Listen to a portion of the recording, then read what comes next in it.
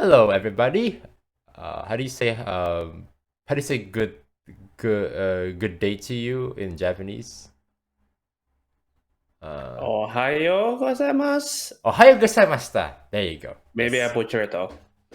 it's okay. At least we're trying to respect the culture with the best intentions, as we can. So I'm Wilson, and today we have Billy again as my co-host. Hello, Billy. How are you doing?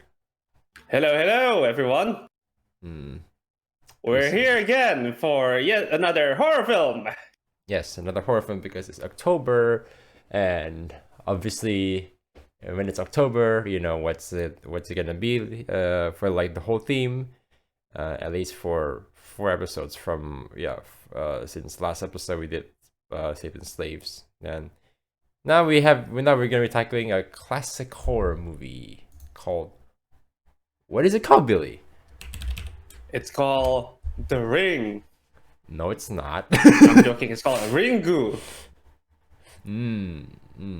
which is Yes. basically the original film that The Ring is inspired. It's the original of the Ring remake. That's right, Billy. So this particular film was directed by Nakata, who apparently, um, well, I'm not super familiar with this franchise. Surprisingly, I'm not as familiar as like the Ju-on one, which I actually prefer. But I know that this guy, so Ringu, blew up. It made a lot of money, a lot of good praises. People loved it, and then the Americans were like, "I want to make money of this too." So they Awesome. yeah, so they bought like some like the I think did they license they bought the licensing of like the IP or something.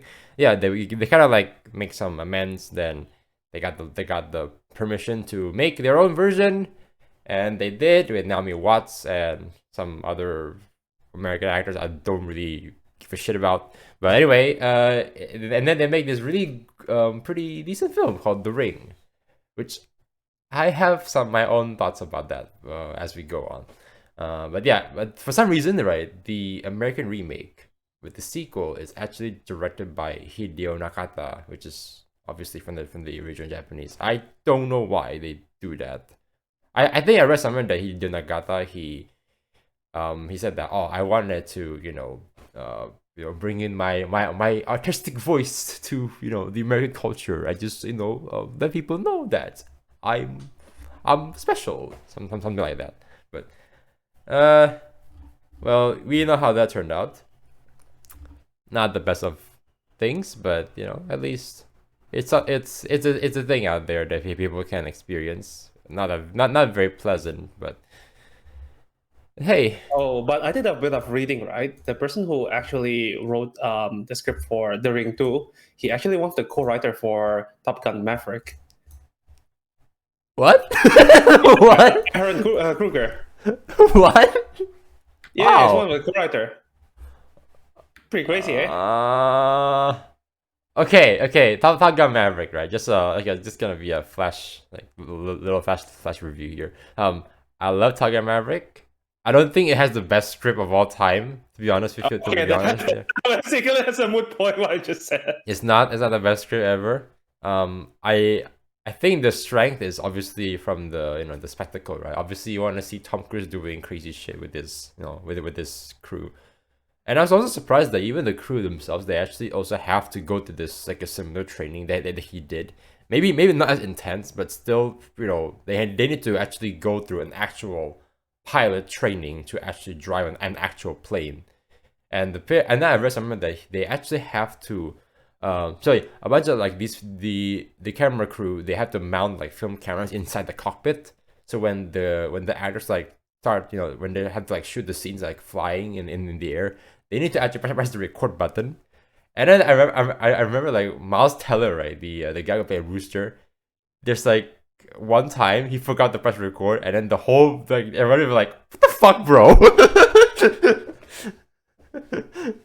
They're like so pissed. Wow, pretty Yeah, I can't crazy. imagine like they were so pissed. Like, cause the thing is that you need to imagine that you are in in a vacuum, this like vacuum space where you're basically being like being thrusted back and forth with like so many G-force, and you're like this one of your friends are like, oops guys, I forgot to press the record button, can we do it again?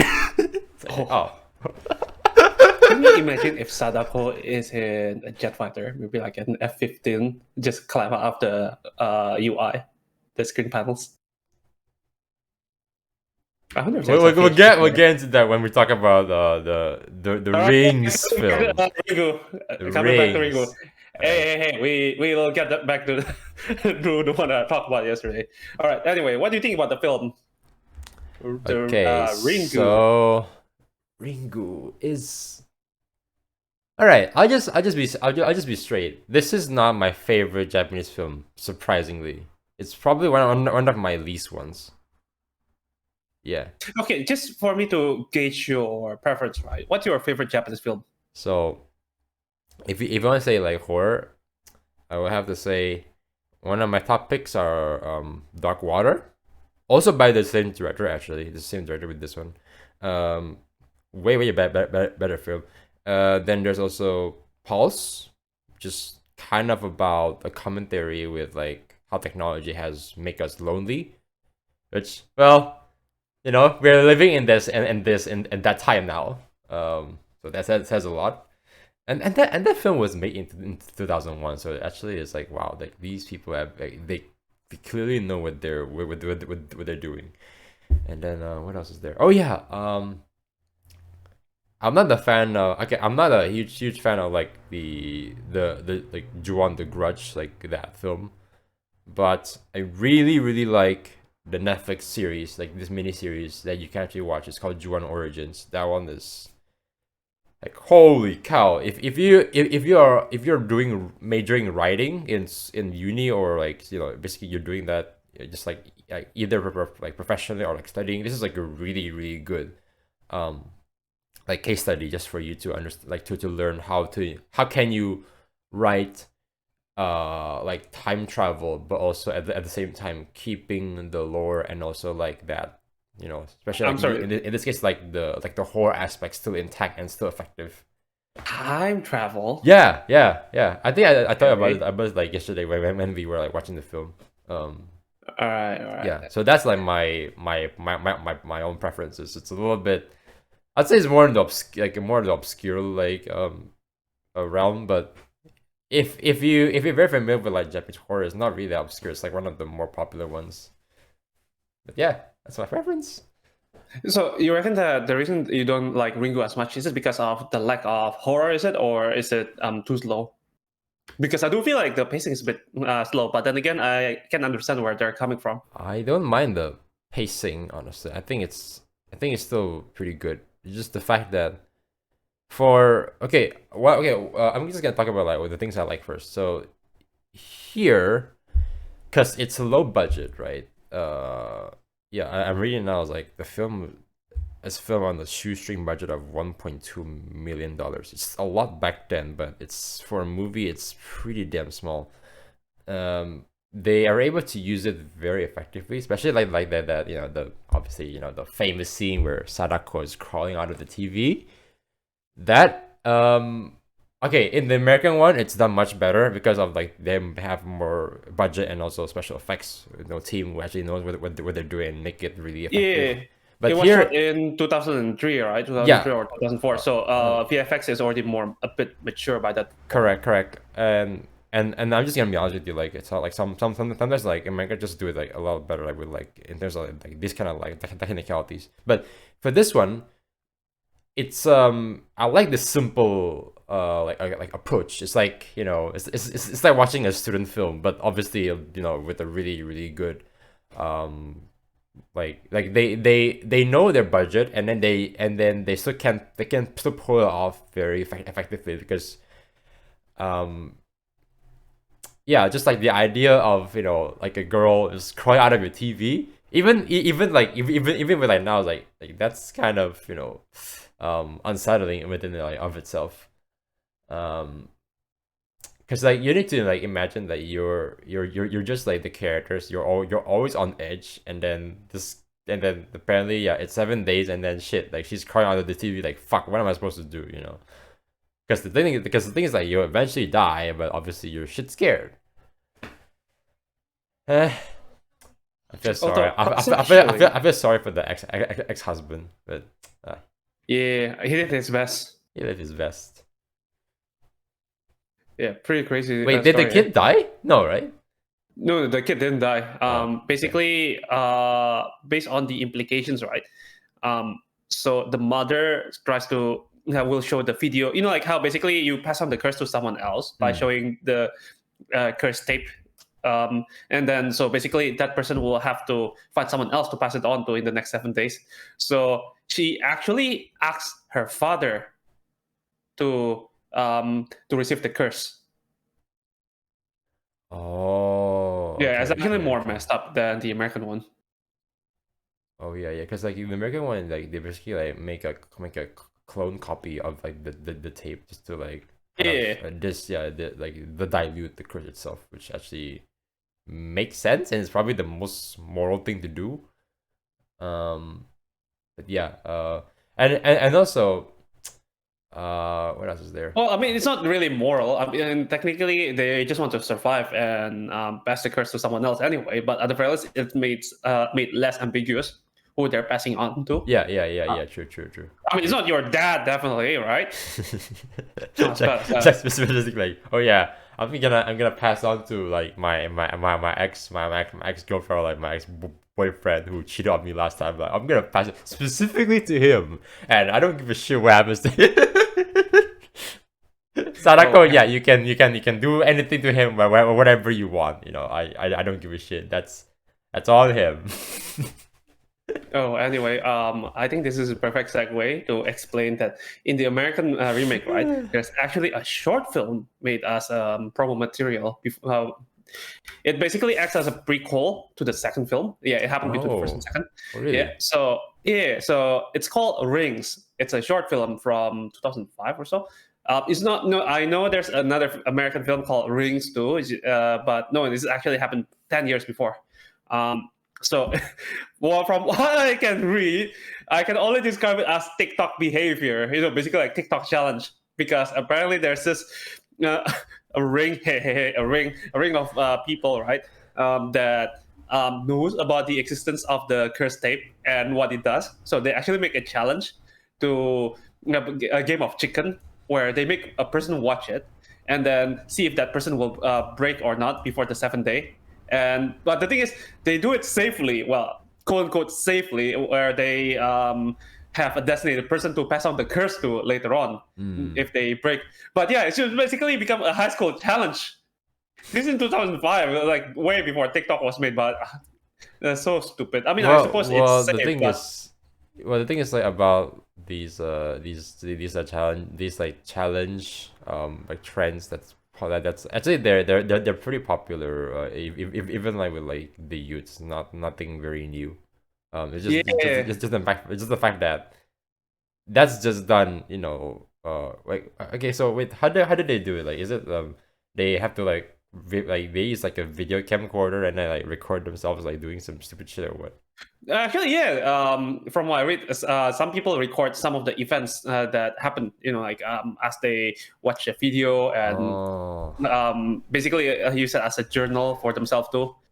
Yeah, but then yeah, but then in the film, right? It's just that there's this guy who received the curse, and then he already have his designated body to pass the curse to later on. But then there's this chick who really want to see what happened on the 7th day, so she actually screw up with the whole plan.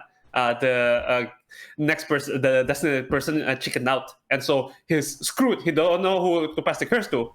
And then so he was desperate. He got kicked out from video store as he was to play the video and etc.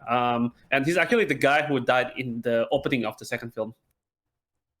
Okay. Yeah. You know what? Actually, I think let's talk about the comparison between the American remake and the original film. I do think that, yeah, you're right. In terms of technicality, the American remake is much better. And probably the camera shots too, because I did watch like scenes comparisons. I just wish it wasn't with the blue. I just wish they don't use the blue filter. It looks really fucking ugly. I do agree. Like, what the fuck? Just That, the that blue was that was filter. that was actually like a thing like back in the 2000s. Like everybody's using either the blue filter or the orange filter or the yellow filter. I don't know why. Like why everything needs to have like a stupid filter. It just doesn't. It just makes your film like why. It just makes it more as if you're as if you're like a film studio or something, like trying to make something very wow. Like you haven't seen this before. Have you seen a blue filter movie before? Here you go. Like, no. I do agree that color grading is important, but then I think it's very boring when it applies monotonously without any discrimination, right, throughout the whole film. Mm-hmm. Okay, I Yeah. continue. What do you want to say just now? So yeah, it's just the comparison, and I don't know. I do believe that the American remake has better tension building up. Oh yeah. Yeah, You can feel that like because the thing is like okay, one thing I can clearly can tell people that I like the American one better. Like for like if you want to compare like the originals, yeah. So the American one was better just because they actually established the relationship between like the mom and the ex husband and the kid pretty well, and you can see that even like subtly speaking, their interactions with each other is just like it's like this. There's like this awkwardness, It's like they it's like you can tell like they kind of love each other like deep down inside, but just they just cannot do it because they have their own differences. And also like the kid is just like kind of there, like really, it's like kind of like inside like this limbo state, like spiritually speaking, or stuff like that. And even um yeah, besides like the relationship, even the I'm also kind of a bit at the time I was a bit like skeptical with like how they introduced like Samara Morgan, because like that's like the American version of Samara Morgan. I still remember the name. um I was really scared that when they introduce like her backstory, it's gonna like, oh no, it's gonna make her just, oh, I don't wanna, isn't the point to be scared, but actually no. So surprisingly they're able to do both. They're able to make me feel sorry for her, but also at the same time, because when she turns into this ring monster, she's not really Samara Morgan anymore. If that makes sense, So you still feel like shit. Uh, yeah, when she crossed out the TV, like fuck, like like dude, get out of the way, like get out the house. Yeah, you can feel like that like terror, especially like like the kind of thing. So I was like, but for some reason, like the Japanese one, they they still do it like pretty well. It's just that some I noticed like now when I was watching it, like there's some plot holes that's a little bit, yeah, not very well resolved or something. But hey, what plot hole, by the way? I think like when okay, I think like when you brought up like the like how did these like how did the mom and like the ex-husband like able to like go to this, this like different time, and then able to see like these events like pretty vividly, like, through like this guy. And then I was trying to think like, I guess it's just the fact that the guy like this old man just has psychic abilities, but that's kind of also really stupid writing. Like they never really established that very properly either. Spiritual residue. Exactly. So I was like, wait, wouldn't it make okay? I think it would make more sense if it's like some sort of totem or some sort of ornament that's actually belonging to Sadako herself. Wait, And actually, the old man is the Sadako's mother's brother. So basically, it's her aunt. Oh, sorry, her uncle.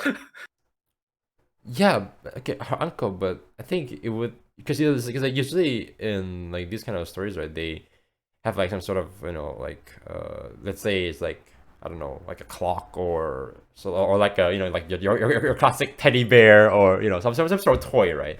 They kind of like this like this Sadako, she holds on to like very dear heartedly, which makes sense. Like, so if you actually interact with that, then you might actually see the spirit, like this other realm where like time and space doesn't really match up with like ours, and then you can see like these events happening. And that one makes more sense. But like through this guy, I'm like, okay.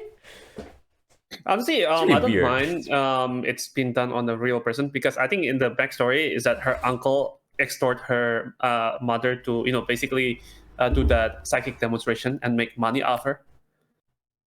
Yeah, but I think so. Yeah. that doesn't mean like that the uncle is just scamming her. She's just like a con artist. Yeah.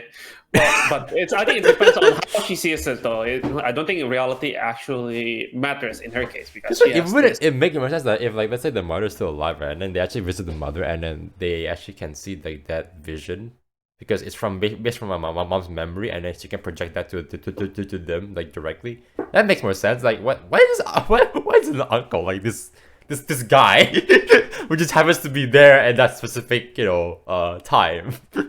To be honest with you, right? There's this. I don't mind about that part, but I'm a bit confused with the setup building up towards that, right? Because so our main protagonist, they confront this guy, right, by Yeah. the beach, and then the ex-husband, what did he say? But basically, he said that, oh, I see. So Sadako have ESP ability or something, or her mother have ESP ability. We also have it too. We see all of these things before. Like, I'm sorry, that came out of nowhere. Yeah. Yeah, I was a bit confused. Do they actually have real ESP ability, or do they just because they saw some apparitions, right? Because they do see some of the ghosts before. I don't. That's think why so. they take it as. I don't think so. But nah, I don't. Nah. I think it's just sloppy writing. To be honest with you.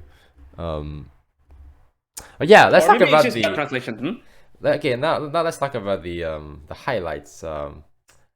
First question is, are you scared? To be honest with you, just because I already watched the American remake, no, not really. Because I already know I already expect all the jump scares or whatever. There's not much jump scares here actually. Yeah, there's not much jump scares. Yeah. It just I mean, the thing is that at this particular time in Japanese cinema, it's pretty it's like jump scare is not really a thing yet. Well, it becomes like a thing like later on. Jump scares. Sorry. Ju-on has jump scares. Ju-on has some just to a degree, but even that's kind of like done quite minimally. It's not like to the point where like the American counterpart where they actually do that like every 15 seconds. Wait, but what about when like you're scared, you get under your blanket, and then you feel something crawling inside the blanket, right? And then when you check inside the blanket, you see Toshio there, and then he just pulled you into the blanket. Poof, isn't it like the actual like the Ju-on girl like that like comes into you instead of like the kid? I mean both of them, right? No. I remember like even like the Ju-on the Grudge movie. Like, it's her, not the boy. Well, to be fair, like, if she does that, I wouldn't mind. That's kind of it's kind of hot actually. Oh yeah, getting killed, and what happened to the dead body anyway? Just decompose somewhere. Anyway, I don't remember. Yeah, let's not talk about logistic in horror films, shall we? Yeah, that's kind of like the point, right? Like you're not supposed to understand things. That's why it's scary. Because yeah, like I said, that's why I was really skeptical about like how do they explain the backstory, but also at the same time so keep like the fear factor intact, which they actually did with the American version. So with this one, they kind of did that, but not really that well.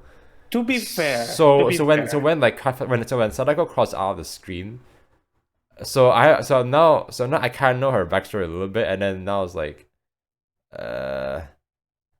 okay. I mean, I feel more sorry for you now, but I mean, I guess I'm supposed to be scared. I mean, I'm more scared of the guy getting killed, not you. It's not. I'm not scared of the actual goal. I'm scared of I care about the characters not getting to die. To be fair, that's scared to me. Sorry.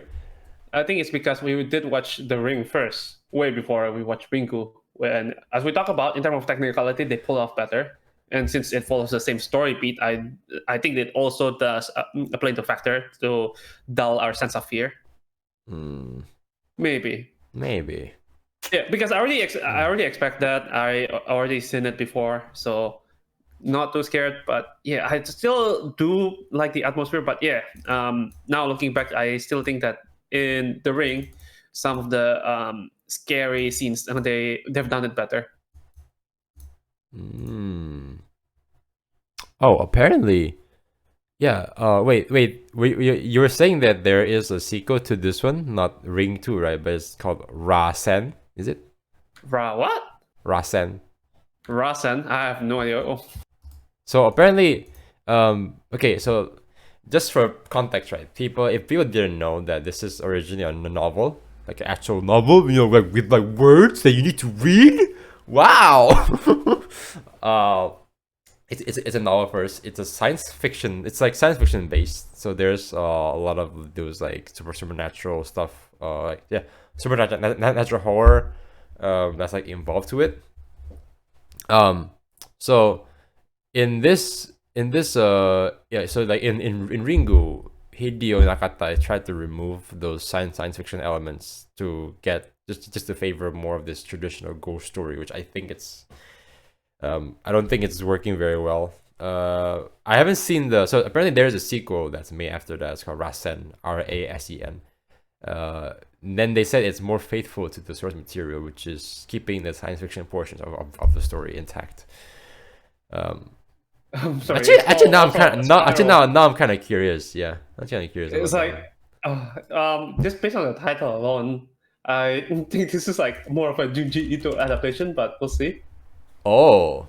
I don't know, at least the name. But yeah, you're right. According to Wikipedia, it is the adaptation of the novel of Ring. Oh, in English they call it Spiral. Interesting.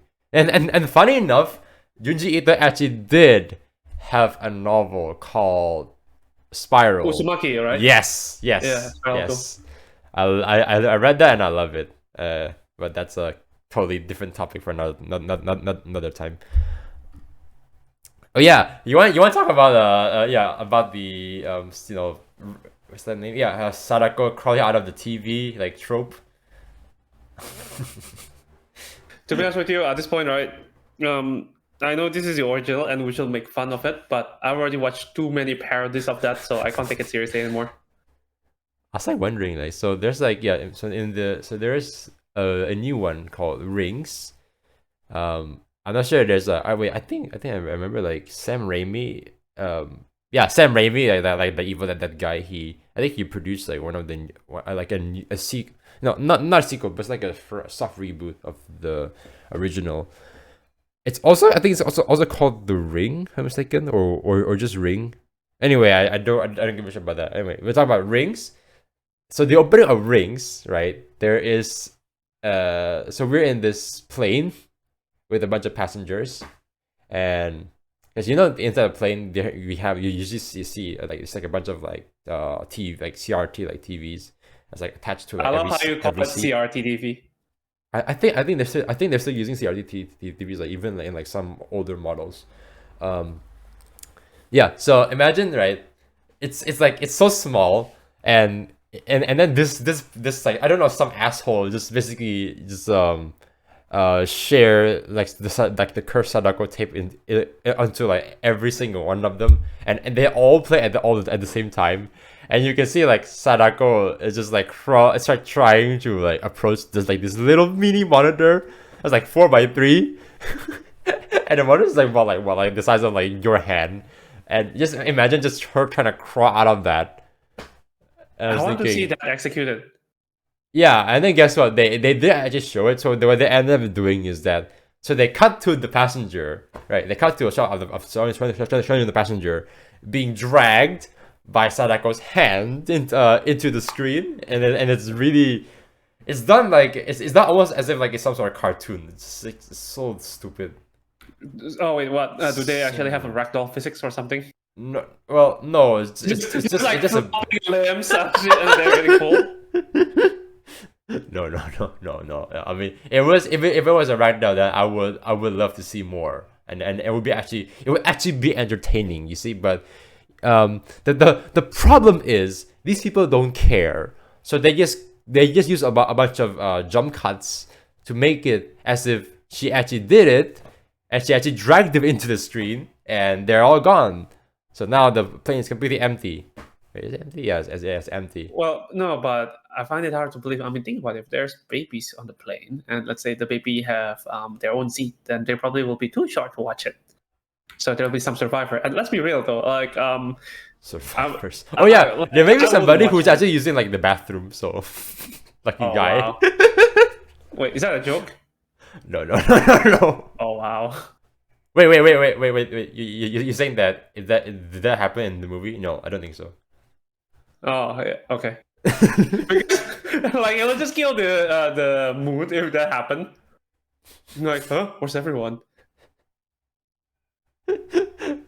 And also like, cause again, I'm pretty sure like even the flight attendants are pretty sure they're still alive, because obviously they're always like walking like on the aisles, unless the Sadako like saw like one of them like just like while walking by and just like grabbed them out of nowhere. Wait, what about the pilot? Awkwardly.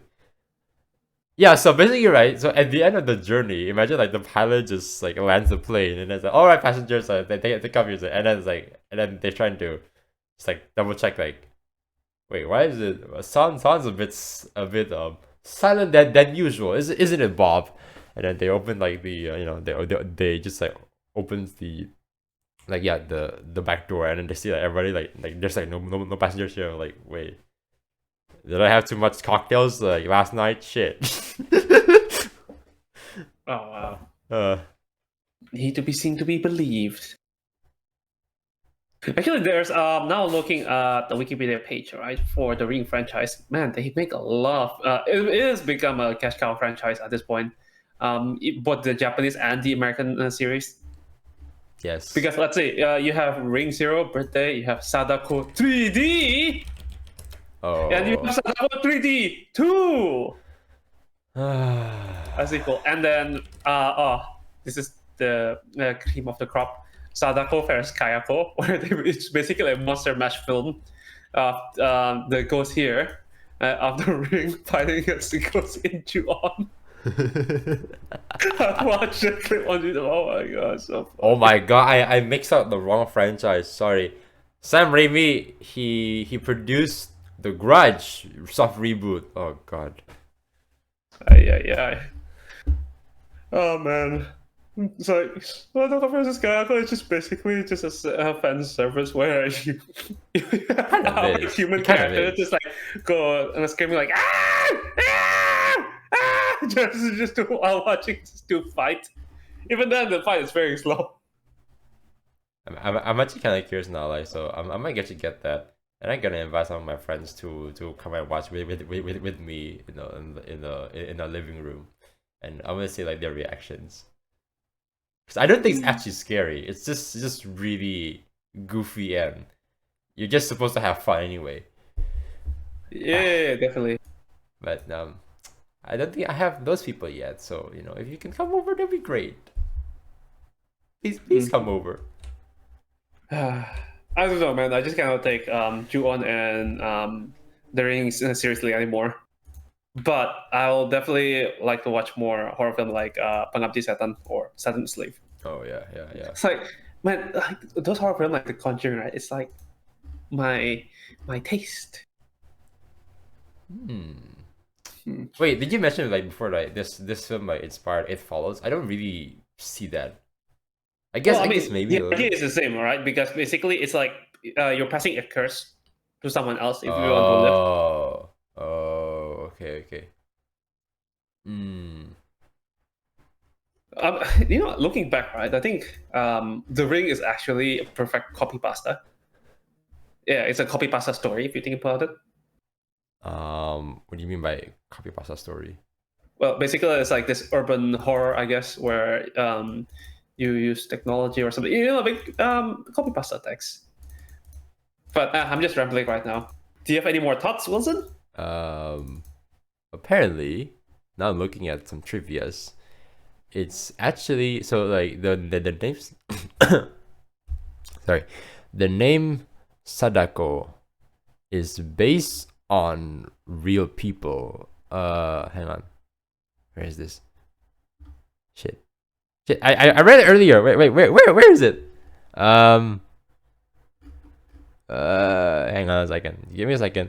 You're not being professional, Wilson. Hey, don't make that rattle noise. Yeah, I mean, it's not the same. It's not the same. Yeah. The character of Sadako and Shizuko are named after a loosely based on two real women.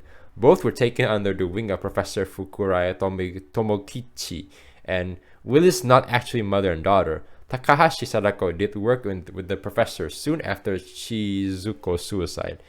Neither woman possessed the gift of Nensha, but another student of the professor, Nago Ikuko, was believed to have this power. Oh, okay. Wait, hang on. So they're basically testing if they're psychic or not? Yeah, so remember that scene where they're trying to confront Sadako if she's actually psychic or not, right? I think that's actually based on this one. Oh, interesting. Yeah. It's just okay. But that's the beauty of Japanese culture. They're very superstitious.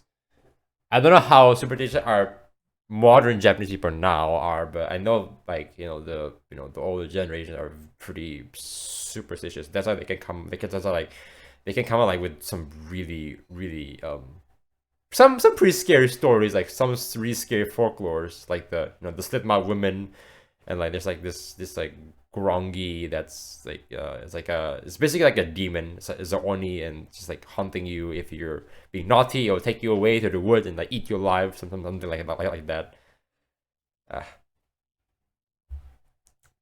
So you reckon superstition is good for the sake of making movies and franchises? Yes, and also to scare your kids and basically let them behave as kids. To not take stupid things. Good time.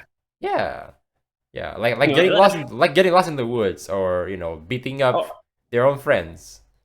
Or just go to sleep early. Otherwise, the ghost will roam around at around 12 p.m. Oh yeah. That's a classic. It's a classic. All right. Next episode will be we'll be talking about a American classic called Carrie. You ever Carrie? Wait, hang on. Are we talking about the remake or no? Do not bring that up. Do not try to bring that up. All right. Let's watch the original. The one by Sissy Spacek. Carrie. So, what do you think? Okay, what final ratings? What would you give this film? Honestly, here's the thing, right? I know I usually say that we shouldn't judge a movie based on today's standard, but then again, looking back, I feel that this movie really doesn't age well, especially when there's a much more superior remake, even though it has a shitty ass blue filter. I mean, you can overlook the blue filter after 2 minutes. It's not really a big deal. yeah, but still, though, you get the point. So I don't know. I'll give it a 6, maybe. Oh, a 6. Yeah. Oh. Yeah. I'll probably say the same thing. Closer to a 5.5, but yeah, it's just obviously there are some good parts. It does influence Japanese horror cinema to a certain extent, and I think that's about it for this film. It's not really something, not really much to I mean, it's great for its for what it is. Great for its time. It's probably great, but Ju-on is better. I'm just being honest with you. Ju-on is better. Yeah, Ju-on is better. It's contemporary, right? Mm-hmm. And now I'm looking back, right? I just realized, hey, maybe we should watch a movie that we know for sure we're going to score at 1 or 2 next time. 1 or 2? Wait, what? I don't know. We'll find out. Verotica? Stay tuned, our audience. Verotica? Maybe. All right. See you guys next time. All right. Bye-bye. Bye.